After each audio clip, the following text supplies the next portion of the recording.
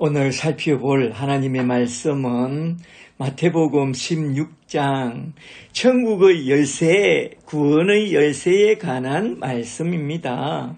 오늘도 마태복음 16장 말씀을 가지고 그 뜻을 풀어나갈 때에 주께서 지혜와 계시의 영을 부어주사 하나님 뜻과 복음 진리를 밝히 깨닫게 되는 귀한 시간이 되기를 간절히 축복합니다. 아멘. 마태복음 16장의 핵심 구절이 뭔지 아세요? 그 유명한 마태복음 16장 16절과 21절 말씀입니다. 일단 이 구절부터 좀 살펴보고 넘어가는 게 참 좋겠는데요. 먼저 마태복음 16장 16절부터 좀 보세요. 16절에 시몬 베드로가 대답하여 이르되 주는 그리스도시요 살아계신 하나님의 아들이시니이다. 그리고 21절에서 이때로부터 비로소 예수께서 자기가 예루살렘에 올라가서 장로들과 대제사장들과 서기관들에게 많은 고난을 받고 죽임을 당하고 제3일에 살아나야 할 것을 제자들에게 비로소 나타내시니라. 아멘. 이 두 구절은 마태복음 전체를 가르는 핵심 구절이라고 해요. 이 구절을 중심으로 해서 마태복음은 크게 전반부와 후반부 두 대목으로 딱 나누어서 살펴볼 수 있다고 주석에서 그리 말하는데요. 전반부 내용은 마태복음 1장부터 16장으로서 베드로 같은 신앙 고백을 이끌어내는 것이 목적이었고요. 후반부의 내용은 마태복음 16장부터 28장으로서 베드로의 신앙 고백을 받아낸 그때로부터 시작하여 비로소 예수님이 예루살렘에 올라가서 십자가에 죽임 당하게 되는 고난의 행진을 쭉 그려내고 있는데요. 마태복음 16장은 한마디로 말하자면 예수님은 누구시며 또 예수님은 이 세상에 뭘 하러 오셨느냐 그걸 분명하게 보여주는 그런 장입니다. 베드로의 신앙 고백을 잘 보세요. 예수님은 하나님의 아들이요 자기 백성을 저희 죄에서 구원하러 내려오신 그리스도 메시아라고 그렇게 고백하고 있잖아요. 그죠? 이게 마태복음의 핵심 구절입니다. 마태복음의 요약이죠. 이렇게 우리가 살펴보려고 하는 마태복음 16장은 마태복음 전체를 대변해 주는 그런 장으로서 어떻게 전개되고 있느냐 가만히 살펴보면 크게 두 문단으로 나눠서 쭉 전개되고 있는데요. 첫째는 1절부터 12절로서 하늘로부터 내려온 메시아라는 그 표적에 대하여 주님이 설명하는 내용이 쭉 나오고, 둘째는 베드로의 신앙 고백으로부터 시작하여 그런 신앙을 고백한 자들에게 천국의 열쇠를 주시겠다고 선언하면서 너희는 이 천국 열쇠를 받아서 너희도 천국의 문으로 들어가고 다른 이들도 천국으로 인도하는 그런 자들이 되라고 그렇게 교훈하고 있는데요. 오늘은 이런 이중구조로 전개되고 있는 16장 말씀을 크게 두 대지로 나누어서 한번 쭉 살펴보도록 하겠습니다. 잘 들어보세요. 먼저 첫 번째 대지로 넘어가서 마태복음 16장 1절부터 12절에 나온 말씀부터 한번 쭉 살펴보도록 하겠는데요. 첫째 대지는 크게 다시 두 가지 이야기로 나누어서 첫째는 바리새인들이 구하는 표적과 둘째는 바리새인들의 누룩이라는 이 두 단어를 중심으로 하여 한번 쭉 살펴보고자 합니다. 이번 16장은 단어들을 잘 기억해 놓으면 참 좋겠습니다. 첫째로 먼저 16장 1절부터 나온 표적 메시아에 대한 표적이라는 이 단어부터 한번 좀 살펴보도록 하겠습니다. 16장 1절부터 잘 보세요. 1절에 바리새인과 사두개인들이 예루살렘에서 내려와서 예수를 시험하여 하늘로부터 오는 표적을 보여주기를 청하니 예수께서 대답하여 이르시되 너희가 저녁에 하늘이 붉으면 날이 좋겠다 하고 아침에 하늘이 붉고 흐리면 오늘은 날이 굳겠다 하나니 너희가 날씨는 분별할 줄 알면서 시대의 표적은 분별할 수 없느냐? 악하고 엄난한 세대가 표적을 구하나 요나의 표적밖에는 보여줄 표적이 없느니라 하시고 그들을 떠나가 버립니다. 다른 복음서에는 배 타고 떠나갔다고 해요. 이게 무슨 말씀이냐? 한번 잘 들어보세요. 어떤 목사님의 글에 나온 말씀인데요. 어느 시골 촌부에게 두 아들이 있었답니다. 한 아들은 우산 장사이고 다른 한 아들은 집신 장사였답니다. 그들은 뭘 보고 장사하러 나가겠느냐? 하늘을 보고 장사하러 나간다.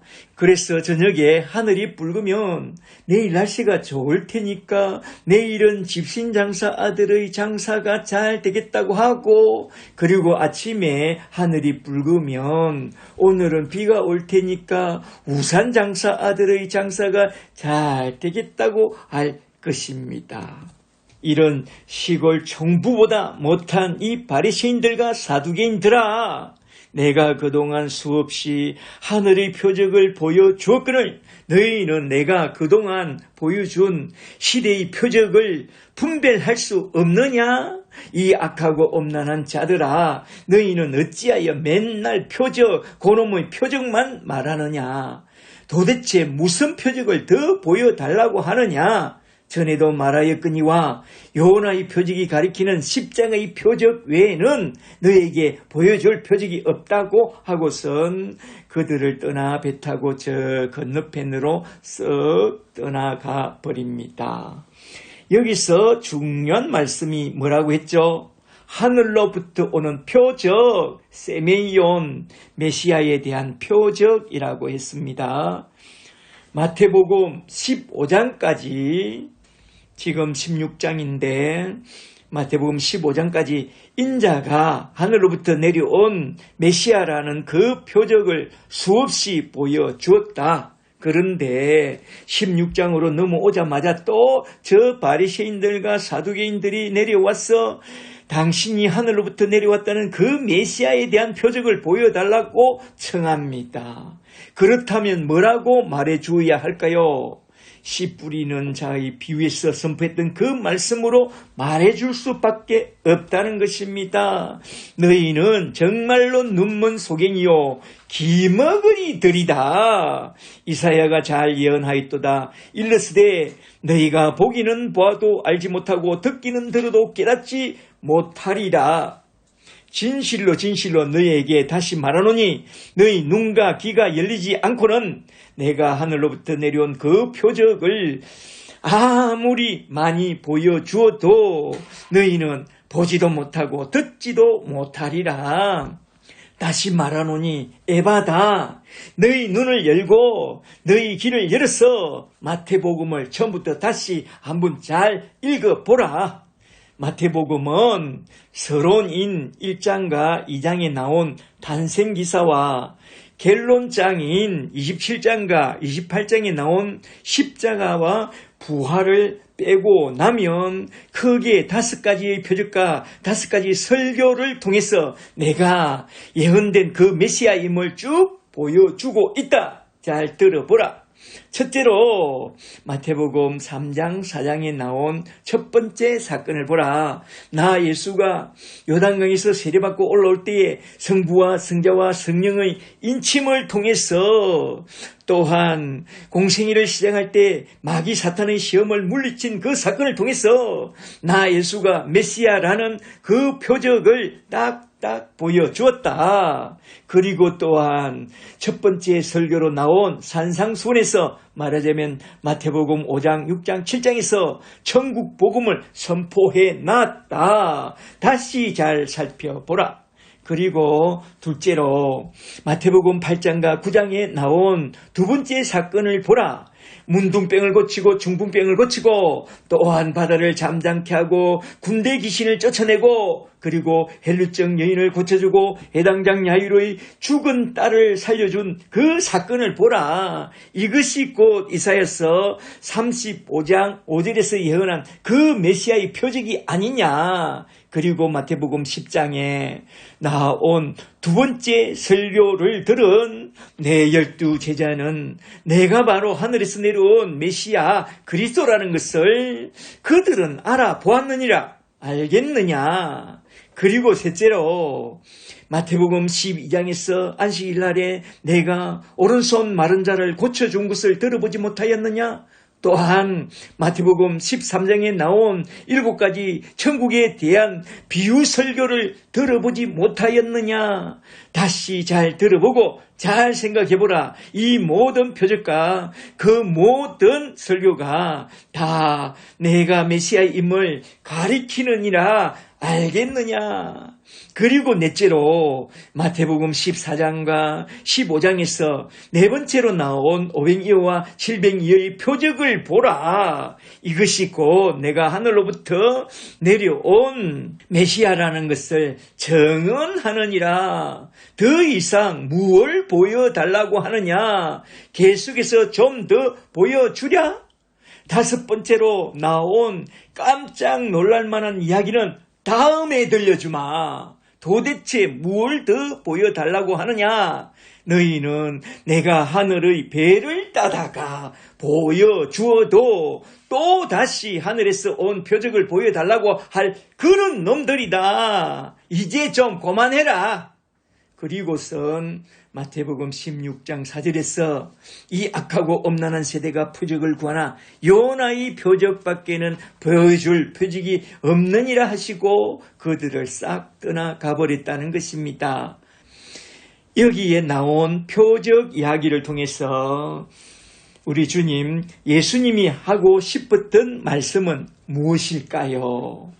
표적을 보여준다고 해서 또 표적과 이적을 본다고 해서 믿음이 생기는 게 아니다. 믿음은 하나님이 지혜와 계시의 영을 부어주사 그 눈을 열어주시고 길을 열어주실 때 과연 예수님이 하나님 아들 그리스도이심을 딱 알아보고 예수를 딱 믿고 예수님을 딱 따르게 된다는 그것을 말해주고 싶었던 것입니다.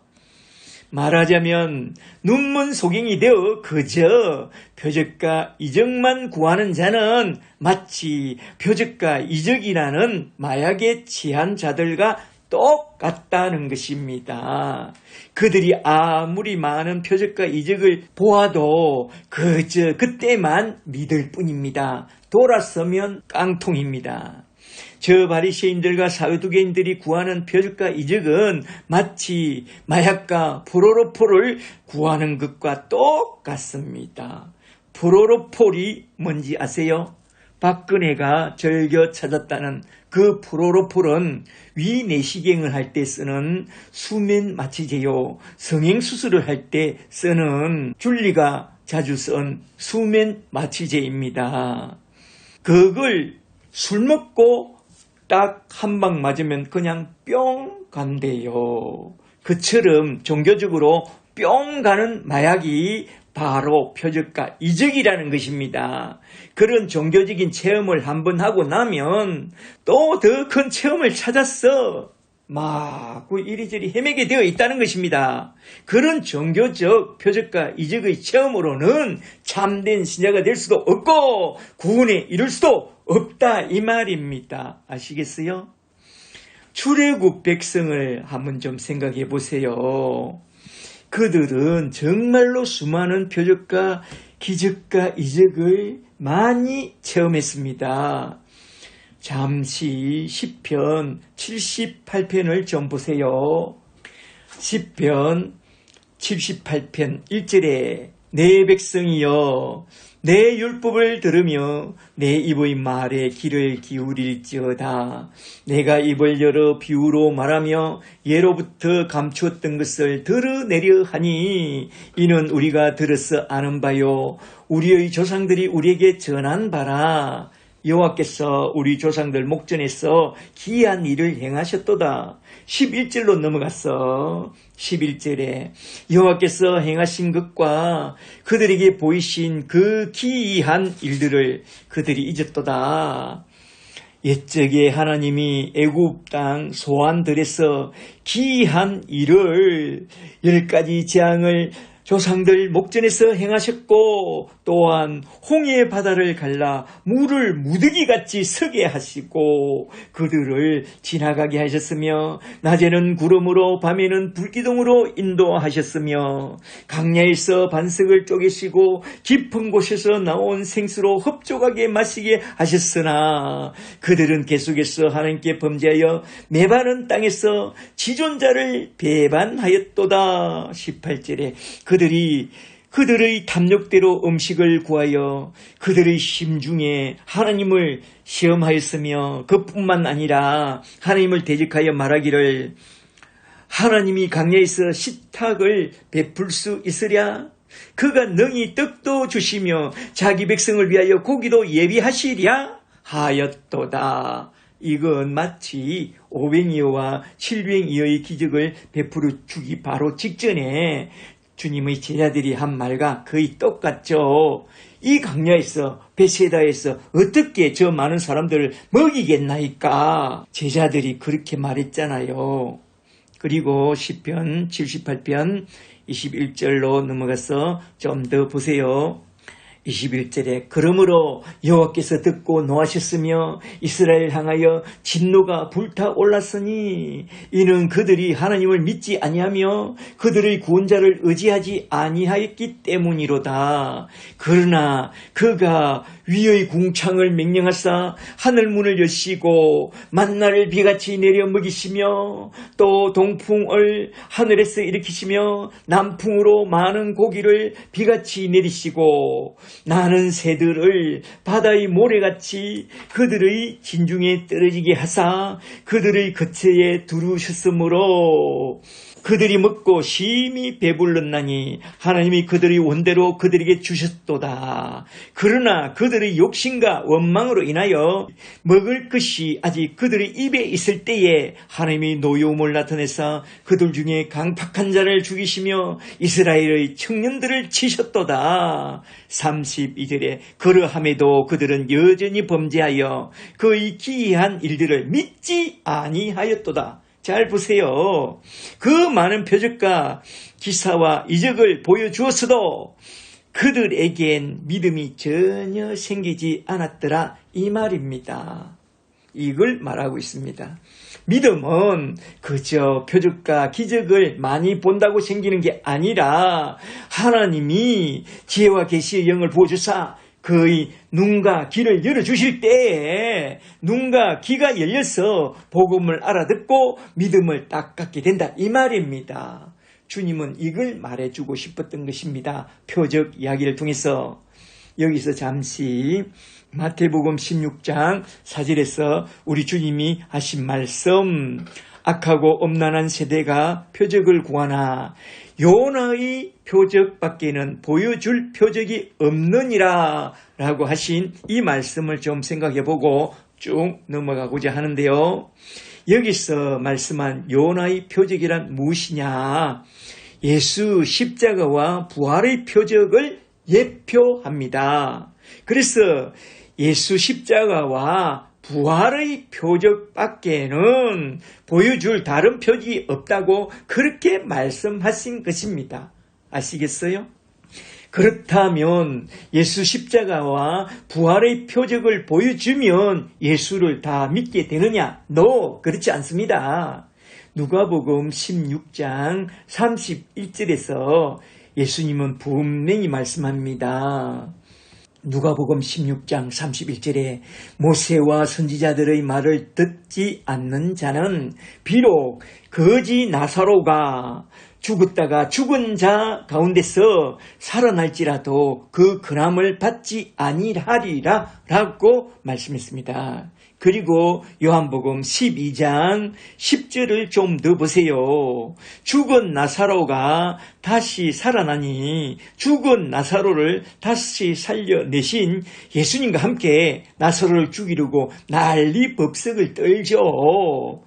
요한복음 12장 10절에 대제사장들이 죽었다가 다시 살아난 나사로를 죽이려고 모의하니 이는 나사로 때문에 많은 유대인이 가서 예수를 믿음이라. 이 나사로는 예수 그리스도 나사렛 예수를 예표하는 사람이죠. 거지 나사로도 다시 살아난 나사로도 거부한 그들이 나사렛 예수 십자가와 부활의 표적을 믿는다고요? 천만의 말씀. 하나님이 지혜와 계시의 영을 부어주사 그 눈과 귀를 열어주셔야만 비로소 그 눈과 귀가 열려서 예수님이 참된 메시아요 이스라엘의 왕이요 참된 구원자라는 것을 딱 알게 되고 딱 믿게 되고 딱 구원받게 됩니다. 말하자면 십자가의 도가 멸망하는 자들에게는 미련한 것이로되 택함받은 자들에게는 하나님의 능력이요 하나님의 지혜라는 것입니다. 하나님의 구원의 능력, 구원의 지혜가 십자가라는 것입니다.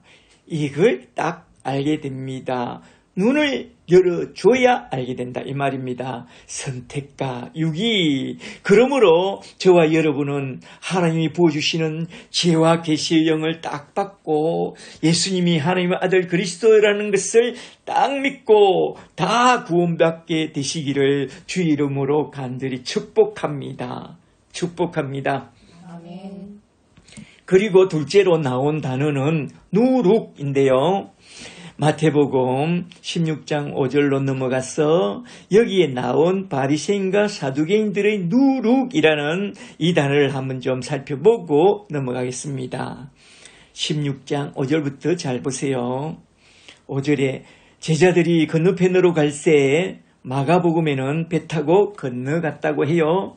제자들이 떡 가져오기를 잊었더니 예수께서 이르시되 삼가 바리새인과 사두개인들의 누룩을 주의하라 하시니 제자들이 서로 말하여 이르되 우리가 떡을 가져오지 아니하였도다 하거늘 예수께서 아시고 이르시되 믿음이 작은 자들아 올리고 비스토서 어찌 떡이 없으므로 서로 논의하느냐 아직도 깨닫지 못하느냐 순이엠이 떡 5개로 5,000명을 먹이고 남은 것이 몇 바구니며 떡 7개로 4,000명을 먹이고 남은 것이 몇 강줄이었는지 기억하지 못하느냐? 어찌 내가 말한 것이 떡의 가람이 아닌 줄을 깨닫지 못하느냐? 수니엠이 너희는 바리새인과 사두개인들의 누룩을 주의하라 하시니 그제서야 제자들이 떡의 누룩이 아니요 바리새인과 사두개인들의 교훈을 삼가라고 말씀하신 줄을 깨달으니라. 수니에미. 여기에 나온 바리새인들과 사두개인들의 누룩이란 무엇을 말하느냐. 12절을 보니 그 누룩이란 바리새인들과 사두개인들의 교훈이라고 말씀하고 있습니다. 잘 보세요. 그렇다면 바리새인들과 사두개인들의 누룩인 그들의 교훈이 뭐냐? 마태복음 23장 13절에서 예수님이 하신 말씀을 잘 들어보세요. 바리새인들과 사두개인들의 누룩과 교훈은 사람들 앞에서 천국 문을 닫고 그들도 들어가지 않고 들어가려 하는 자들도 들어가지 못하게 하는 그것이 바로 그들의 누룩과 그들의 교훈입니다. 또 마태복음 23장 15절에서 그들의 누룩과 그들의 교훈은 교인 한 사람을 얻기 위하여 바다와 육지를 두루 다니다가 생기면 그들보다 배나 더 지옥 자식이 되게 하는 그것이 그들의 누룩이요 그들의 교훈이라고 했습니다. 그러므로 그들의 누룩을 조심하라. 그들의 누룩은 뭐냐? 곧 율법주의와 인본주의, 신비주의와 기복주의로서 그들이 바다와 육지를 두루 다니다가 교인 하나를 얻게 되면 그들의 교훈으로서 그들보다 배나 더 지옥 자식이 되게 하고 그들의 교훈으로서 천국문을 닫고 그들도 들어가지 않고 들어가려 하는 자들도 들어가지 못하게 한다 이 말입니다. 그러므로 와 있을진저 이것은 무시무시한 누룩이라 자신이 가지고 있는 저 율법주의와 인본주의, 신비주의와 기복주의의 누룩 같은 그 죄 때문에 자신도 저 천국으로 들어가지 못하고 다른 이들도 천국으로 들어가지 못하게 한다면 그들은 다 저 지옥 불못에 던져져서 세세토록 영원히 지옥 행벌을 받아야 합니다. 이건 정말로 무섭고 소름 끼치는 일입니다. 그러므로 너희는 저 바리새인들과 사두개인들의 누룩을 조심하라 이 말입니다. 저와 여러분은 그러한 바리새인들과 사두개인들의 누룩을 내어버리고 고린도전서 5장 7절에서 사도 바울이 말씀하신 대로 오직 우리의 율절 양이 되신 예수 그리스도의 거룩한 살과 피로 세우신 언약의 떡을 먹고 말씀을 먹고 복음을 먹고 누룩이 없는 예수님에게 붙은 순전하고 진실한 산떡이 되어 때를 얻든지 못 얻든지 오직 예수 십자가의 복음만 전하여 나도 저 천국 문으로 들어가고 또한 내가 도운 그들도 저 천국 문으로 다 들어가도록 인도해 주는 그런 복음의 사람들이 다 되라 이 말입니다. 그런 사람들이 다 되시기를 주의 이름으로 축복합니다. 이렇게 주님은 표적 이야기를 통해서 또 누룩 이야기를 통해서 수시로 무시로 제자들 앞에서 천국 복음을 선포하고 있습니다. 그렇다면 이러한 천국 복음을 들은 우리는 어떻게 해야 하느냐? 우리 주님을 본받아 진실로 누룩 없는 복음의 산떡인 천국 복음만 딱딱 전해야 합니다. 저 바리새인들과 사두개인들처럼 누룩을 섞은 다른 복음을 전하느라고 헛소리 잡소리 개소리 하지 말고 시간을 아껴서 오직 예수 십자가의 복음만 전하는 십자가의 전달자가 되어야 한다 이 말입니다. 할렐루야. 난 지극히 작은 자 죄인 중에 예수 무익한 날 부르셨어. 간절한 기대와 소망 부끄럽지 않게 십자가 정케 하셨네. 어디든지 가리라 주위에 서라면 나는 저날이 그 십자가 내 몸에 밴 십자가 그 보혈의 향기 온 세상 채울 때까지 살아도 주를 위해 죽어도 주를 위해 사나 죽으나 난 주의 것 나는 십자가의 전달자로 살리라. 아멘. 아멘. 이제 두 번째 대지로 넘어가서 마태복음 16장 13절부터 28절에 나온 베드로의 신앙 고백을 중심으로 해서 한번 쭉 살펴보도록 하겠습니다. 먼저 16장 13절부터 좀 보세요. 13절에 예수께서 빌립보 가이사라 지방에 이르러 여기서 가이사라 빌립보 지방은 이스라엘의 최북단에 있는 단 지파에 속한 도시로서 헐몬산 바로 아랫동네라고 해요. 헐몬산은 우리나라 백두산 높이와 거의 같다고 해요. 그러한 가이사라 빌립보 지방으로 올라가서 제자들에게 묻습니다. 이르시되 사람들이 인자를 누구라 하느냐. 들으는 세례 요한, 들으는 엘리야, 어떤 이는 예레미야와 선지자 중의 하나라 하더이다. 그렇다면 그들보다 너희 생각이 중요한데 너희는 나를 누구라 생각하느냐. 16절에 시몬 베드로가 대답하여 이르되 주는 그리스도요 살아계신 하나님의 아들이십니다. 그때 예수님이 크게 기뻐하사 이르시되 바요나 시몬아 너가 복이 있도다. 이를 너에게 알게 한 이는 혈육이 아니요 하늘에 계신 내 아버지시니라 하면서 주님이 참 기뻐하는 그런 내용이 딱 나옵니다. 여기서 주님은 왜 제자들만 따로 딱 데리고 저 멀리 이스라엘의 제북단에 있는 단지파 곧 헐몬산 아래에 있는 가이사라 빌립보로 올라가서 제자들에게 인자를 누구라 생각하느냐라고 왜 물었느냐 이거요. 주석에 의하면 가이사라 빌립보에서 베드로의 신앙 고백을 받아낸 후에 마지막 유월절을 지내기 위해서 예루살렘을 향한 고난의 행군을 시작하려고 그랬다는 거요. 위로부터 쭉 한번 훑어서 예루살렘에 들어가서 이제 십자가에 달려 죽음으로써 자기 백성을 저희에서 구원하려고 그렇게 신앙 고백을 받아냈다는 거요.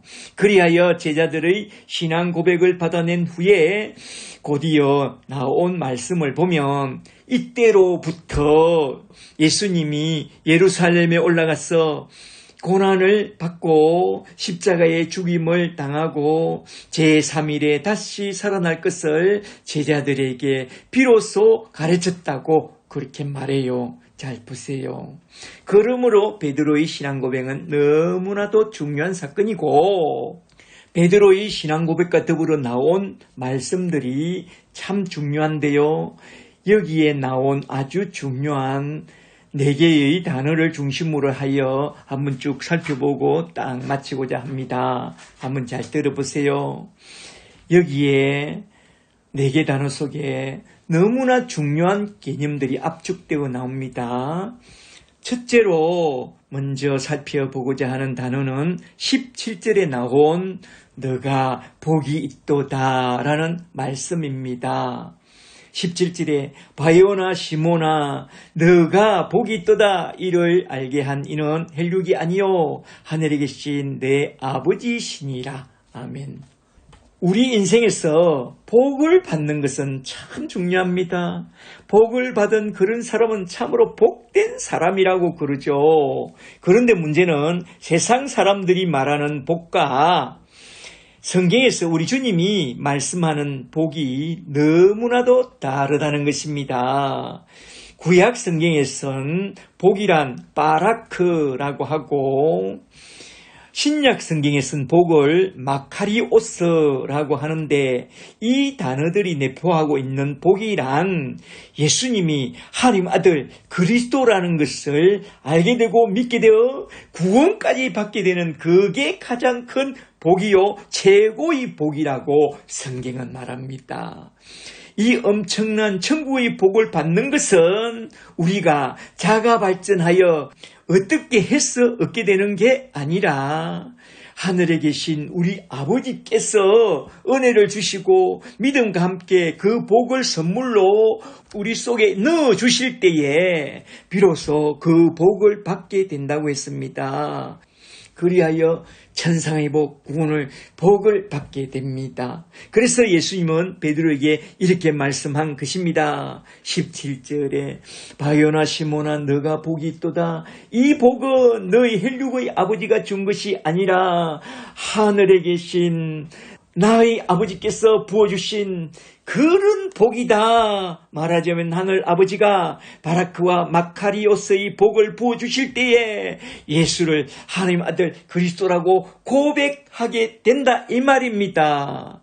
이런 신앙 고백은 이 고백을 통하여 받게 되는 구원은 구약과 신약 성경의 결론 말씀이요. 그 결론 말씀이 예수님이 하나님 아들 그리스도라고 믿는 자는 구원받게 된다는 그 말씀입니다. 할렐루야. 그 구원을 다 받게 되는 저와 여러분이 되시기를 주 이름으로 축복합니다. 아멘. 요한복음 20장 31절에서 이렇게 말합니다.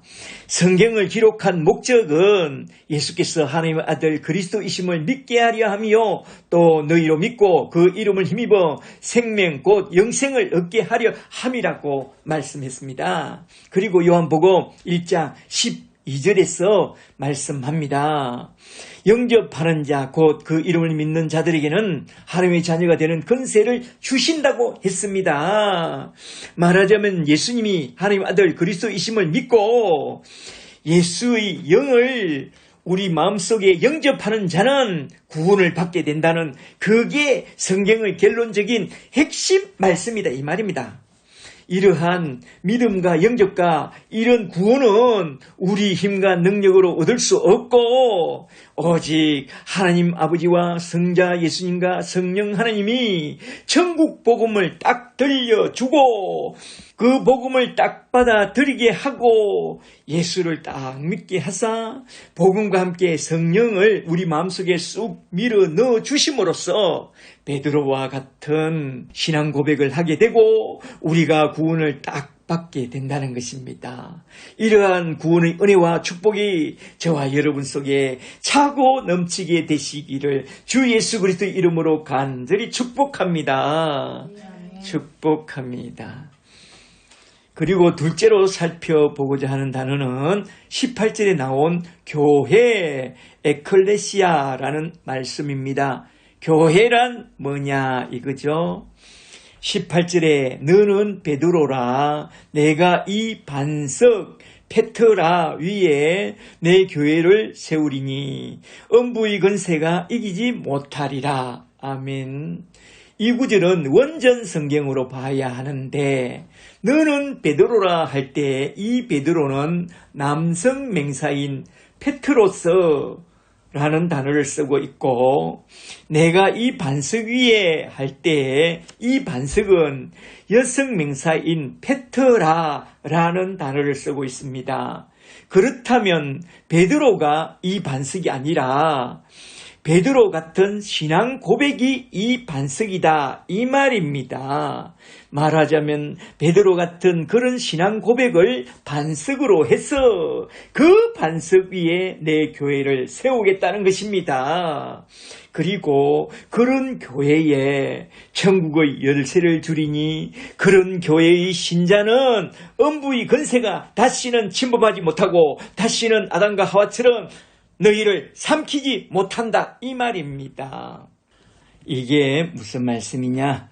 전에 아담과 하와는 그런 신앙 고백의 반석 위에 서 있지 못했기 때문에 저 도적 같은 옛뱀 마귀라고도 하고 사탄이라고도 하는 자에게 속아서 저 원수마귀 사탄의 손에 떨어지게 되었고 또한 음부의 권세에 사로잡히게 된 것입니다. 그리하여 아담의 군상들은 저 지옥의 심판을 받게 됐고 세세토록 영원히 지옥 불못의 행벌을 받게 된 것입니다.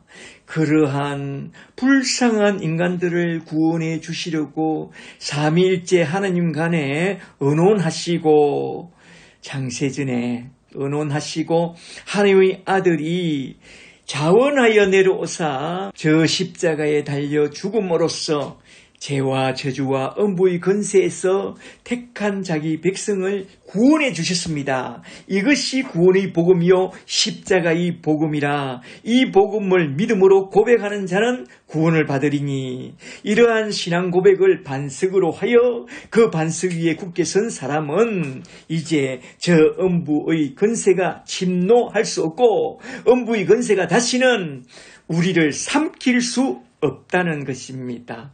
왜냐하면 그러한 신앙 고백을 한 자들 속에 예수의 말씀과 예수의 성령이 머물러 계시기 때문에 저 원수 마귀와 음부의 권세가 감히 침범에 들어오지 못한다 이 말입니다. 그러므로 이 믿음의 반석 위에 굳게 서 있는 사람은 영접하는 자, 곧 그 이름을 믿는 자들에게는 하나님의 자녀가 되는 권세를 받았기 때문에 저 마귀의 세력과 음부의 권세가 우는 사자와 같이 달려들지라도 다시는 우리를 넘어뜨리지 못한다 이 말입니다. 그러므로 우리는 이러한 놀라운 권세와 능력을 주신 성삼위일체 하나님을 날마다 찬양하며 오늘도 내일도 우리 믿음의 선한 싸움을 잘 싸우면서 날마다 전진하는 그런 복된 교회의 근속이 되었다는 것을 기뻐라 이 말입니다. 할렐루야.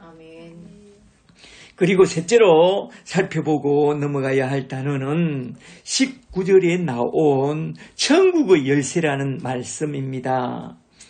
19절에 내가 천국의 열쇠를 너에게 주리니 너가 땅에서 무엇이든지 매면 하늘에서도 매일 것이요 너가 땅에서 무엇이든지 풀면 하늘에서도 풀리리라. 아멘.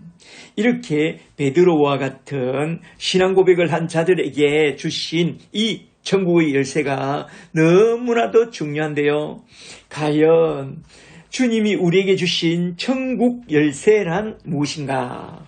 이것을 두 차원으로 나누어서 첫째는 전도의 열쇠라는 관점에서 둘째는 지리의 열쇠라는 관점에서 한번 좀 살펴보고자 합니다. 동그라미 1번으로서 천국 열쇠는 전도의 열쇠라는 관점에서 한번 좀 살펴보고자 합니다. 잠시 요한복음 20장 21절을 좀 보세요.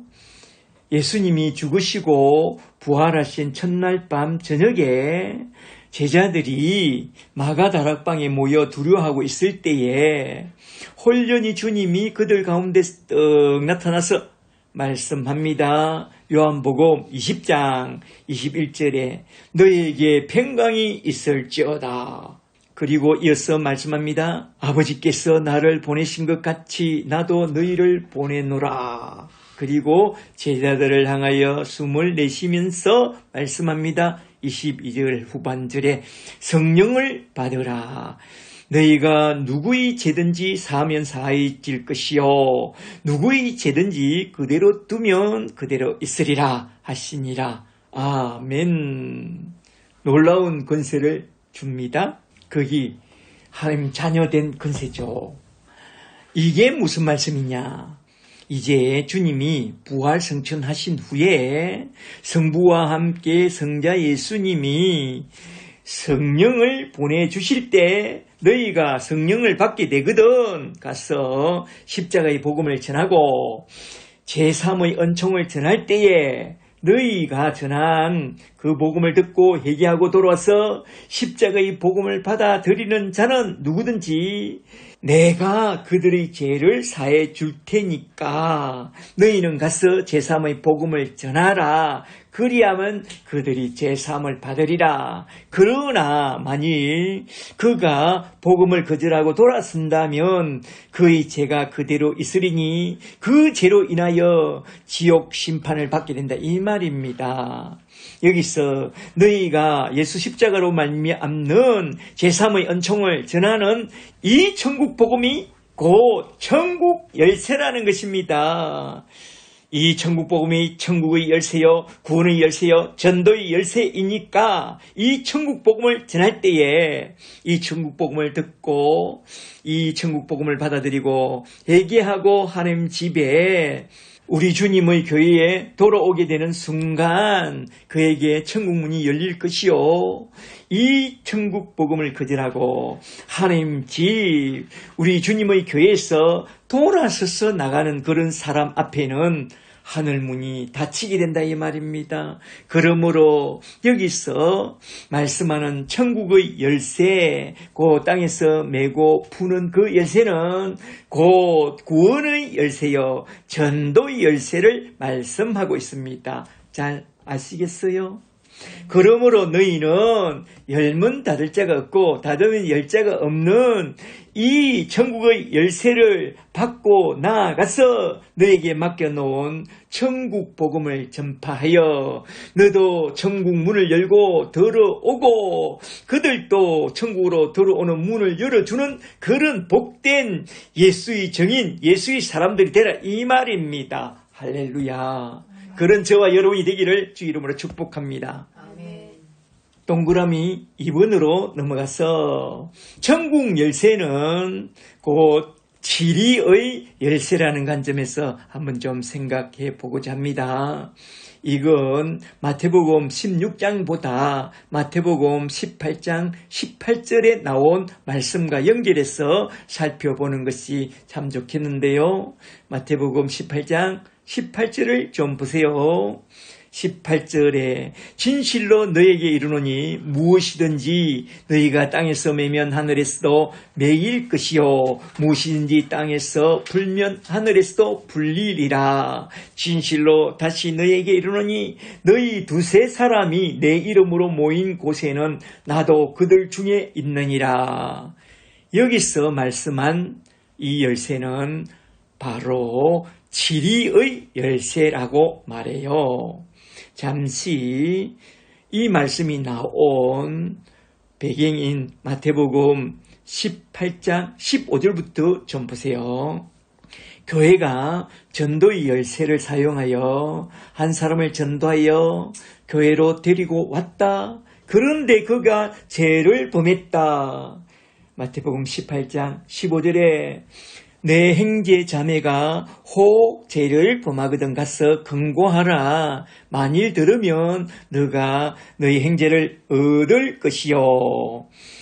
교회의 말을 듣지 않거든 그를 이방인과 세리와 같이 여기라. 출교하라. 그리고 18절에서 말합니다. 너에게 천국 열쇠를 주리니 무엇이든지 너희가 땅에서 매면 하늘에서도 매일 것이요 무엇이든지 땅에서 풀면 하늘에서도 풀리리라 라고 했는데 이것은 곧 교회에 주신 지리끈의 열쇠라는 것입니다. 그런데 교회가 뭔데 남의 사생활을 간섭하느냐고 말해요. 그건 잘 몰라서 하는 말입니다. 교회는 개인과 가정생활, 직장과 사회와 국가생활까지 관여하여 바른 가치관 속에 세상의 빛과 소금이 되고 예수의 증인이 되도록 가르치고 간섭하고 지리해야 한다고 예수님이 분명한 의조로 선포하고 있습니다. 너희 두세 사람이 내 이름으로 모인 곳이면 그게 교회이니까 그런 교회에서는 천국 복음을 선포하고 교육과 지리가 반드시 있어야 한다고 분명히 교훈하고 있습니다. 내 양을 먹이고 내 양을 치라, 지리하라 이 말입니다. 잘 보세요. 레위기 19장 17절을 보면 너는 너희 형제를 마음으로 미워하지 말며 너희 이웃을 반드시 견책하라 라고 했고 갈라디아서 6장 1절을 보면 형제들아 사람이 만일 무슨 범죄한 일이 드러나거든 신령한 너희는 온유한 심령으로 그러한 자를 바로 잡아주고 너 자신을 살펴보아 너도 시험을 받을까 두려워하라 조심하라 라고 했습니다.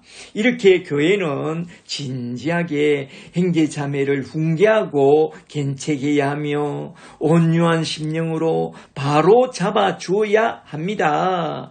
견책하고 바로 잡아주면 간섭하지 말랐고 다른 교회도 있다고 휙 하고 나가보세요. 그 인생이 잘 풀릴까요? 아니면 인생이 꼬일까요? 잘 모르시죠?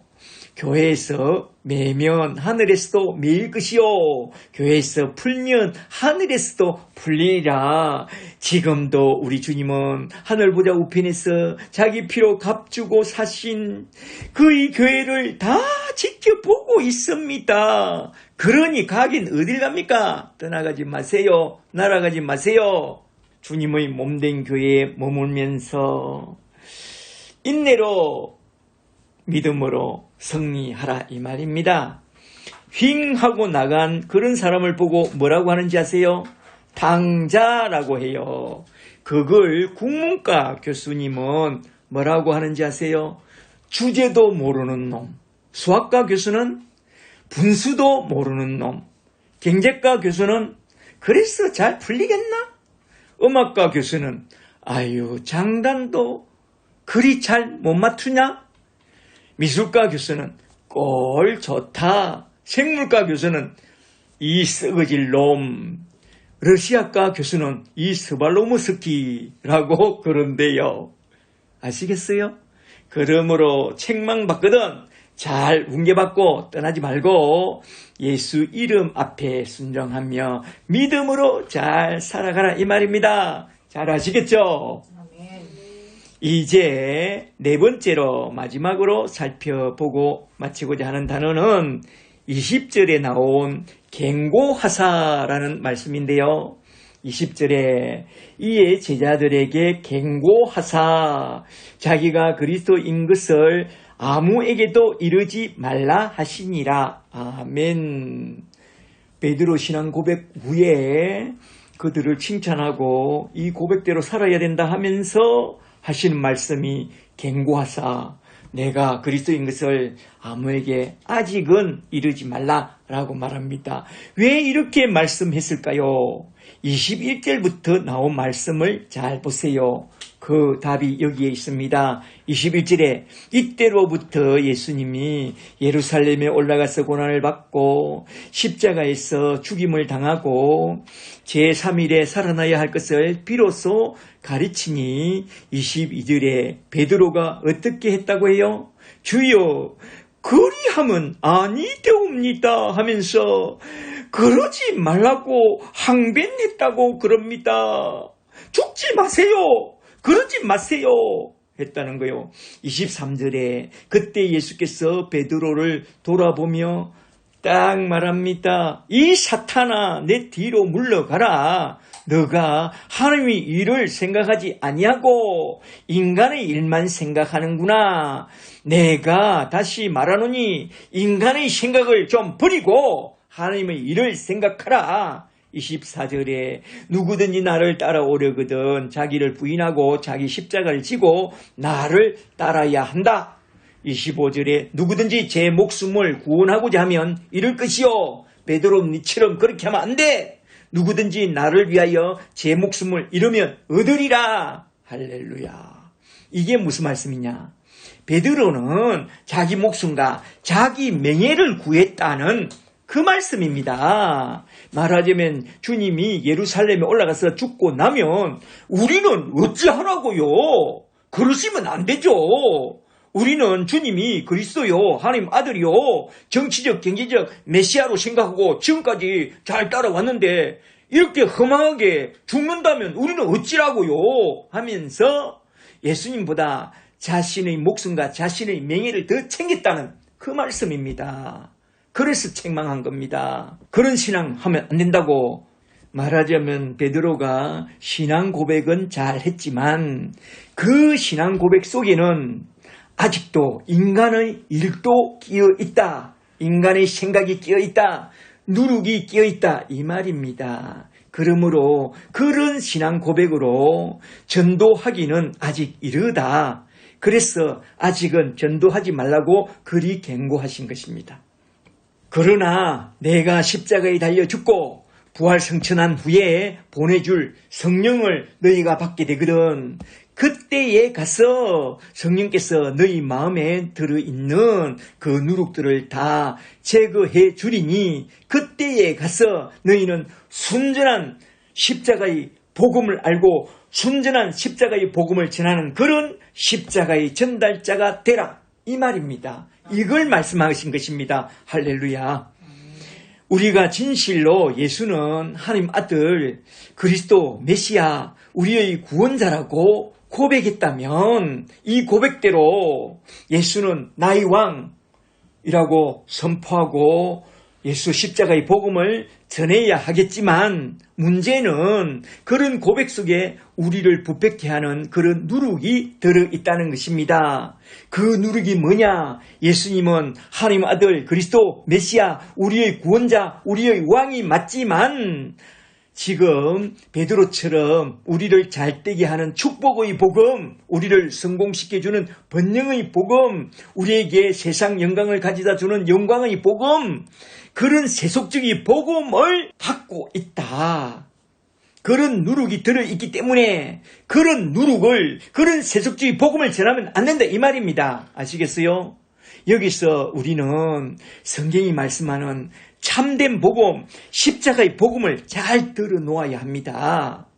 진실로 성경이 말씀하는 복음은 삼일째 하나님이 언원하시고 택한 백성을 저희 죄에서 구원하여 하나님 나라 천국으로 인도해 주시려고 예수님이 친히 자원하여 낮고 천한 이 세상에 내려오사 십자가를 져야만 했고 십자가를 통해서 자기 백성을 저희 죄에서 구원하셨고 그렇게 해서 구원받게 된 자기 백성을 저 영원한 천국으로 데려가시겠다는 이 십자가의 복음만이 참된 복음이요 그런 예수 십자가의 복음만을 믿는 신앙 고백만이 참된 신앙 고백임을 잘 알아야 한다 이 말입니다. 그리하여 성령을 받고 그런 순전한 신앙 고백이 터져 나올 때까지 너희는 전도하지 말라 이 말입니다. 잘 생각해 보세요. 참된 복음 진리를 잘 모르고 대충 예수를 믿고 목사님의 말을 듣고 대충 전도하는 사람들을 잘 보세요. 예수 믿으면 잘 된다, 성공한다, 병이 낫는다, 번영신앙을 전하는 그런 엉터리들이 얼마나 많은지 잘 보세요. 그러므로 너희가 참된 복음을 잘 알게 되기까지 십자가의 복음을 잘 알게 되기까지 예수를 믿고 성령을 받고 십자가의 복음과 십자가의 전도하지 말라 이 말입니다. 그래서 사도들은 나중에 마가다락방에서 성령을 받게 됐을 때 그때야 비로소 전도하러 나갔던 것입니다. 한번 잘 살펴보세요. 이러한 우리 주님의 의도를 잘 아시고 오늘도 내일도 날마다 자기를 부인하고 십자가를 지고 십자가의 복음을 전하는 십자가의 전달자로 살되 혹 내가 십자가의 복음을 온전히 깨닫지 못했고 그래서 성령을 확실히 딱 받지 않았다면 저 마가다락방의 초대교회 성도들처럼 성령을 딱 받게 되기까지 십자가의 복음을 확실히 깨닫고 십자가의 은총이 넘칠 때까지 좀 자중하시고 오직 우리 주님의 은혜만 바라보고 나아가는 그런 믿음의 근속들이 다 되시기를 주의 이름으로 간절히 축복합니다. 축복합니다. 아멘. 오늘 이렇게 마태복음 15장에 나온 말씀을 크게 두 대지로 나누어서 한번 쭉 살펴봤습니다. 첫째는 표적은 요나의 표적이 예표하는 예수 십자가와 부활의 표적밖에 보여줄 게 없다는 이 말씀과 둘째는 베드로의 신앙 고백 속에 나온 네 가지 단어, 첫째는 복이라는 단어와 둘째는 교회라는 단어와 셋째는 천국의 열쇠라는 단어와 넷째는 예수님이 경고하신 그 단어 속에 담아놓은 참된 십자가의 복음 진리에 대하여 한번 쭉 살펴봤습니다.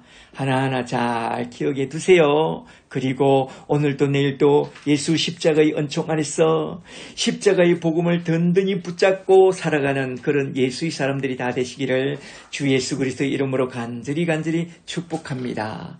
축복합니다. 할렐루야. 오늘 살펴볼 하나님의 말씀은